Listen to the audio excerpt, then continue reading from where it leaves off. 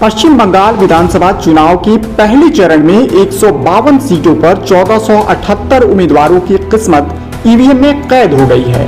पहले फेज में मतदाताओं का उत्साह देखने के लायक और वोटिंग के सारे रिकॉर्ड टूट गए हैं। आजादी के बाद ऐसा पहली बार देखा गया है कि बंगाल में 90% से ज्यादा मतदान हुआ है। इसे लेकर सियासी दल अपने आंकड़ों का आकलन कर रहे हैं।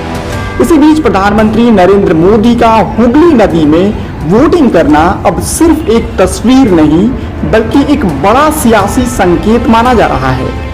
हुगली रिवर की शांत लहरों पर तैरती यह नाव दरअसल बंगाल की राजनीति में उठ रहे तूफान की कहानी कह रही है।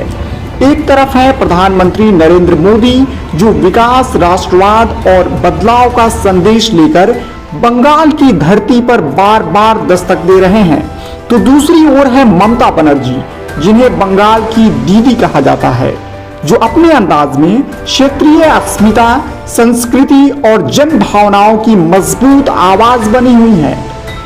हुगली के घाट जहां कभी सिर्फ आरती और आस्था की गूंज होती थी, आज वही घाट सियासी संदेशों के गवाह बन रहे हैं।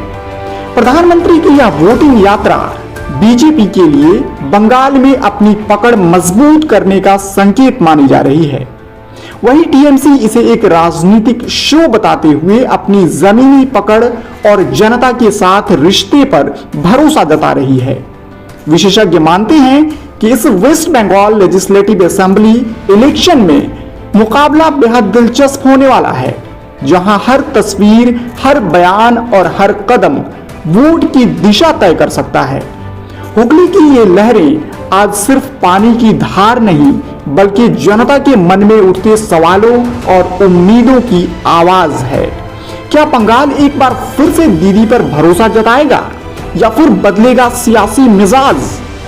फिलहाल तस्वीरें बहुत कुछ कह रही हैं, लेकिन अंतिम फैसला बंगाल की जनता के हाथ में है। आदाब, मेरा नाम मोहम्मद सादिक हुसैन है और आप देख रहे थे बोल आपके।